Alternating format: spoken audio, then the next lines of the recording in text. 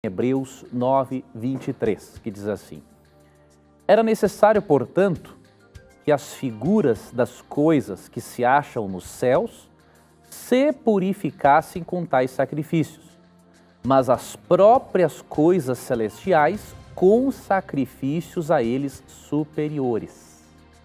Então, primeiro ponto, o texto é claro em dizer que o céu, as coisas celestiais necessitam de um sacrifício superior para a sua purificação. Então existe uma purificação, né, do santuário celestial. O texto é bem claro.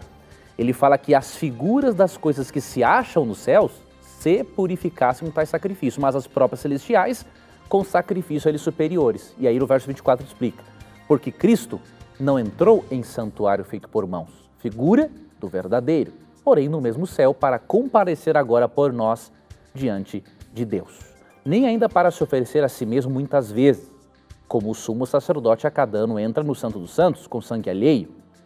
E aí ele segue aqui explicando o ritual do santuário. Então veja, Hebreus 9, 23 fala que enquanto que o santuário terrestre era purificado com sangue de animais, o santuário terrestre, ou celestial, é purificado com o sangue de Cristo. Então, Hebreus 9, 23 é um texto muito claro.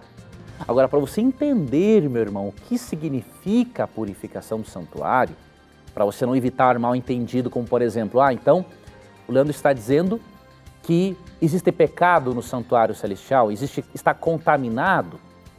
Depende do que você está pensando por contaminação.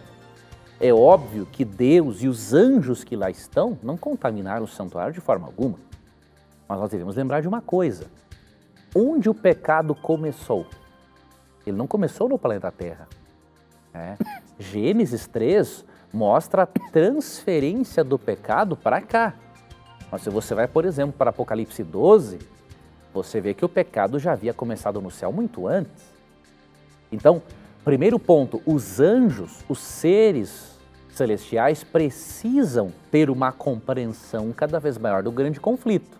Então, o conflito cósmico não atingiu só aqui. O conflito cósmico envolve o universo todo. Segundo ponto, quando você estuda a purificação do santuário mencionada em Levítico 16, ali fala do santuário terrestre. Quando você estuda a purificação do santuário em Levítico 16, com a purificação do santuário em Daniel 8, você percebe algo muito interessante. Que a purificação do santuário, realizada no dia da expiação, uma vez ao ano, em Levítico 16, corresponde ao juízo pré-advento. É a mesma coisa. Por meio do dia da expiação no santuário terrestre, Deus ensinava sobre o juízo. E óbvio, no santuário terrestre, quando o pecador era perdoado, o que acontecia? Ele confessava os pecados sobre a cabeça do cordeirinho, da vítima. A vítima era sacrificada no lugar do pecador. Ele aprendia ali que para ele estar vivo, um substituto deveria morrer. E os pecados do pecador eram transferidos para o sangue do cordeiro. O sangue do cordeiro, um pouquinho dele, era aspergido dentro do santuário. Simbolicamente, os pecados do pecador saíam do pecador para o cordeirinho e depois para o santuário. Deus dizia assim: filhos, eu assumo a culpa de vocês, tanto aqui no sacrifício quanto no meu santuário. Simbolicamente, Deus está ensinando o que para nós?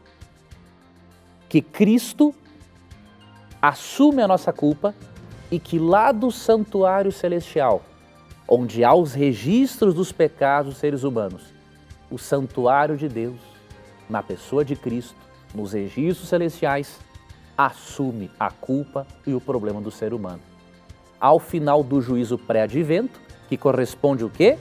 Ao dia da expiação, em Levítico 16, Deus terá demonstrado para todo o universo que ele realmente tinha todas as razões para lidar como lidou com o pecado.